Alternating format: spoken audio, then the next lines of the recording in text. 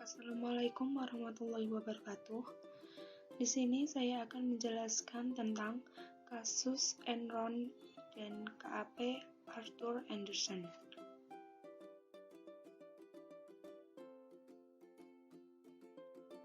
Nama saya Elma Safiana, NIM 2019-12-032,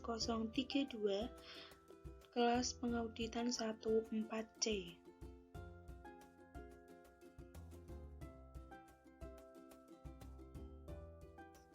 Enron dan KAP Arthur Andersen.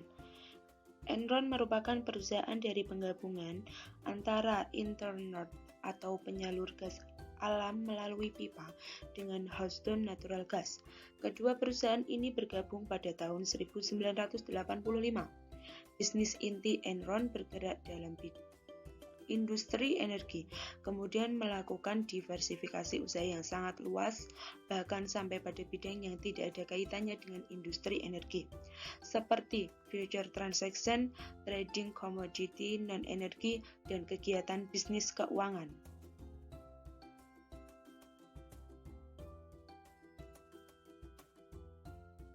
Kemudian, kasus Enron mulai terungkap pada bulan Desember tahun 2001 dan terus menggelinding pada tahun 2002, berimplikasi sangat luas terhadap pasar keuangan global yang ditandai dengan menurunnya harga saham secara drastis berbagai bursa efek di belahan dunia, mulai dari Amerika, Eropa, sampai ke Asia.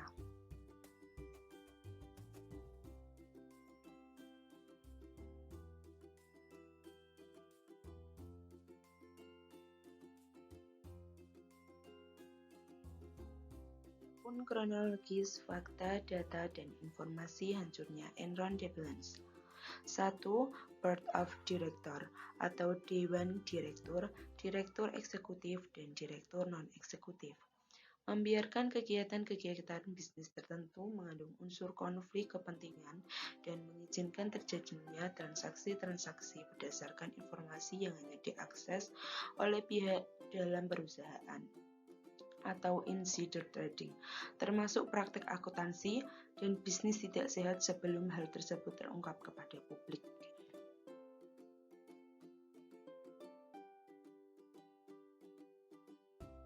Dua, Enron merupakan salah satu perusahaan besar pertama yang melakukan outsourcing secara total atas fungsi internal audit perusahaan. Mantan Chief Audit Eksekutif Enron atau Kepala Internal Audit semula adalah partner KAP Andersen yang ditunjuk sebagai akuntan publik perusahaan. Direktur keuangan Enron berasal dari KAP Andersen. Sebagian besar staf akunting Enron berasal dari KAP Andersen. Yang ketiga, pada awal tahun 2001, partner KAP Andersen melakukan evaluasi terhadap kemungkinan mempertahankan atau melepaskan Enron sebagai klien perusahaan, mengingat risiko yang sangat tinggi berkaitan dengan praktek akuntansi dan bisnis Enron. Dari hasil evaluasi diputuskan untuk tetap mempertahankan Enron sebagai klien KAP Andersen.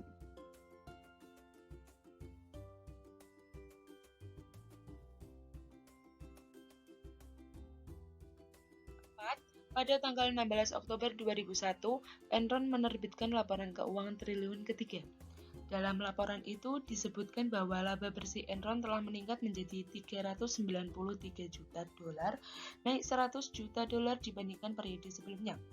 Ia juga tidak menjelaskan secara rinci tentang pembebanan biaya akuntansi khusus sebesar 1 miliar dolar yang sesungguhnya menyebabkan hasil aktual pada periode tersebut menjadi rugi 644 juta dolar. Pada tanggal 2 Desember 2001, Enron mendaftarkan kebangkrutan perusahaan ke pengadilan dan memecat 5.000 pegawai.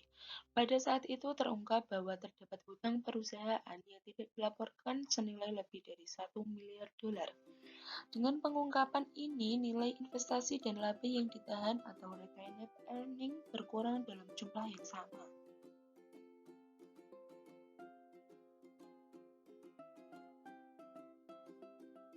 Saham, Enron dan KAP Anderson dituduh telah melakukan kriminal dalam bentuk penghancuran dokumen yang berkaitan dengan investigasi atas kebangkrutan Enron atau menghambat terhadap proses peradilan. Dana pensiun Enron sebagian besar diinvestasikan dalam bentuk saham Enron. Sementara itu, harga saham Enron terus menurun sampai hampir tidak ada nilainya. Yang ketujuh, CEO Enron, Kenneth Lay mengundurkan diri pada tanggal 2 Januari 2002 akan tetapi masih dipertahankan posisinya di Dewan Direktur Perusahaan. Pada tanggal 4 Februari, Lay mengundurkan diri dari Dewan Direktur Perusahaan.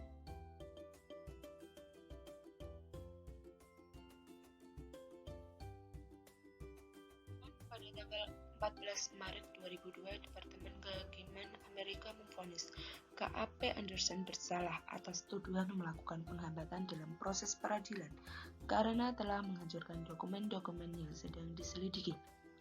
9. Tanggal 8 April 2002, seorang partner KAP Anderson, David Duncan, yang bertindak sebagai penanggung jawab audit Enron mengaku bersalah atas tuduhan melakukan hambatan proses peradilan dan setuju untuk menjadi saksi kunci di pengadilan bagi kasus KAP Anderson dan Enron. 10. Tanggal 15 Juni 2002, juri federal di Houston menyatakan KAP Anderson bersalah telah melakukan hambatan terhadap proses peradilan.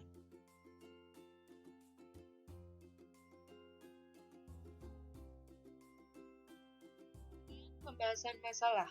Menurut teori Freud, ada 3 komponen utama yang menyebabkan orang melakukan kecurangan, manipulasi, korupsi, dan sebagainya atau perilaku tidak etis, yaitu opportunity, pressure, dan rationalization.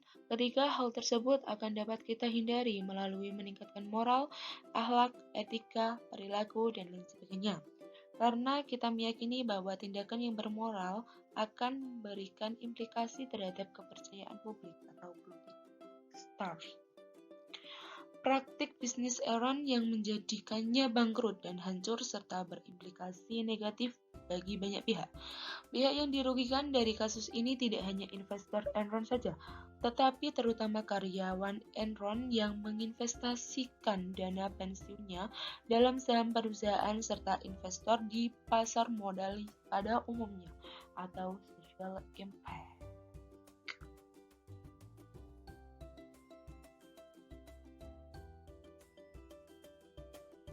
Pembahasan masalah.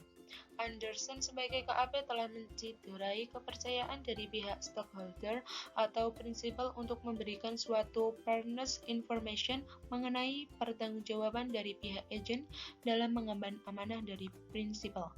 Pihak agen dalam hal ini manajemen Enron telah bertindak secara rasional untuk kepentingan dirinya atau self-interest oriented dengan melupakan norma dan etika bisnis yang sehat. Lalu apa yang dituai oleh Enron dan KAP Anderson dari sebuah ketidakjujuran, kebohongan, atau dari praktik bisnis yang tidak etis adalah hutang dan sebuah kehancuran yang menyisakan penderitaan bagi banyak pihak di samping proses peradilan dan tuntutan hukum.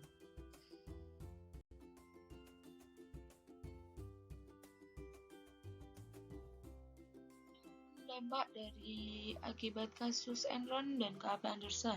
1.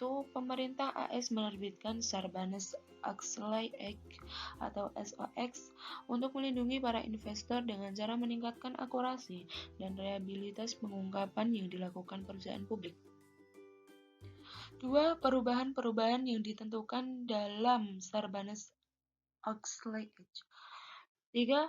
SOX melarang pemusnahan dan manipulasi dokumen yang dapat menghalangi investigasi pemerintah kepada perusahaan yang menyatakan bangkrut.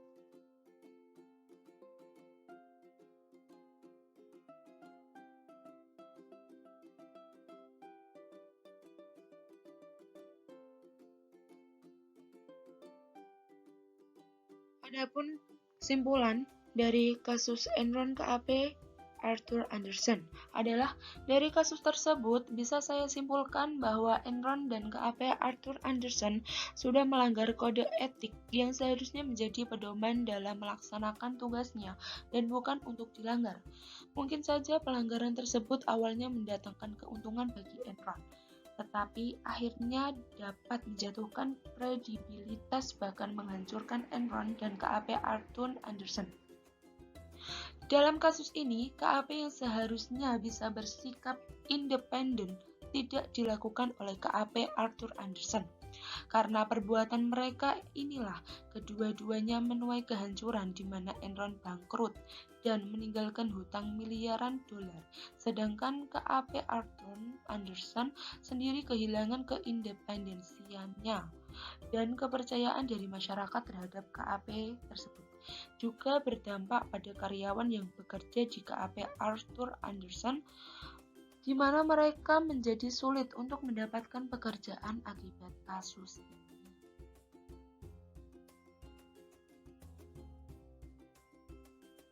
Penjelasan dari saya mengenai kasus Enron dan KAP Arthur Andersen.